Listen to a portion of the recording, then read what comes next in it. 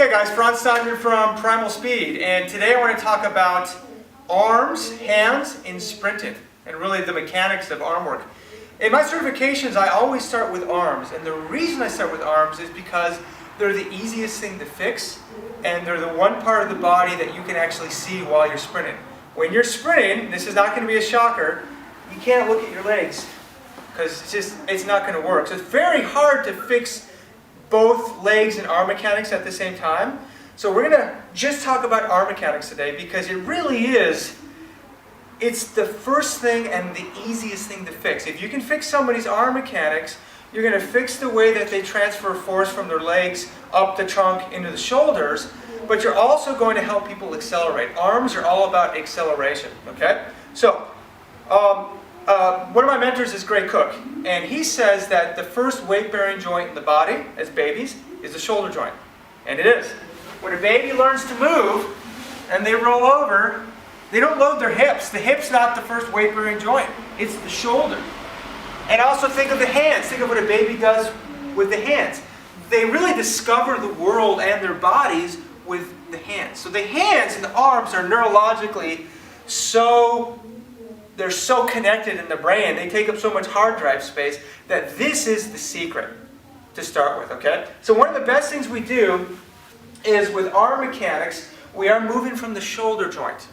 I get people to get kind of a long, flowy arm swing just so they can feel that that shoulder joint is moving.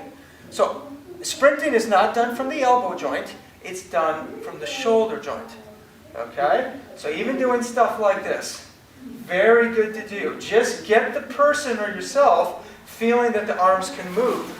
You can go down to the floor, and what's great about the floor is that it's a non-cognitive exercise because when we sprint, we want roughly a 90, maybe 90, close to 90 degrees in the elbow joint. So as I have the ground, if I open up my elbow, I'm going to hit the floor. So it forces me to keep that angle.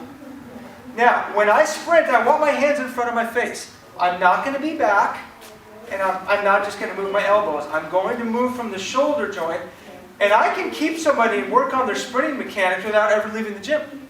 We can just do arm work, hundreds of reps, very loose shoulder, and then eventually, if I pick up the pace, well, not really the pace, but the power, you'll notice that there's a little bit of undulation in my body. That's good, because that upward drive of my hand is going to create kind of an upward pull of my body, which is great for starting.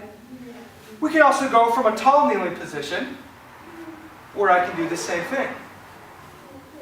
And I get this nice, very loose shoulders, and then I can pick up the pace. And as you pick up the pace, you'll notice that the core activation reflexively just turns on. The abs will tighten naturally. We can do a half kneeling as well. So with a half kneeling, make sure you don't go wide, because you won't be able to go wide. You got to go a little more narrow. I can do the same thing here.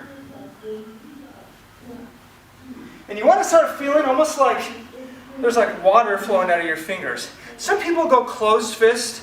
Some people go open fist. I'm more of an open guy. As long as you're not tense and it doesn't radiate up into here. You've got to have really loose shoulders when you do this. So speed is all about relaxation. You have to relax. So once we get up from the ground, we can go into what I call the acceleration angle, which is 45 degrees, and my hands are in front of me. And then I can just come here. So doing arm work will accelerate your talent in sprinting. It will absolutely make everything else. So next couple of videos, we're going to talk more about lower body mechanics. Practice and try the upper body mechanics.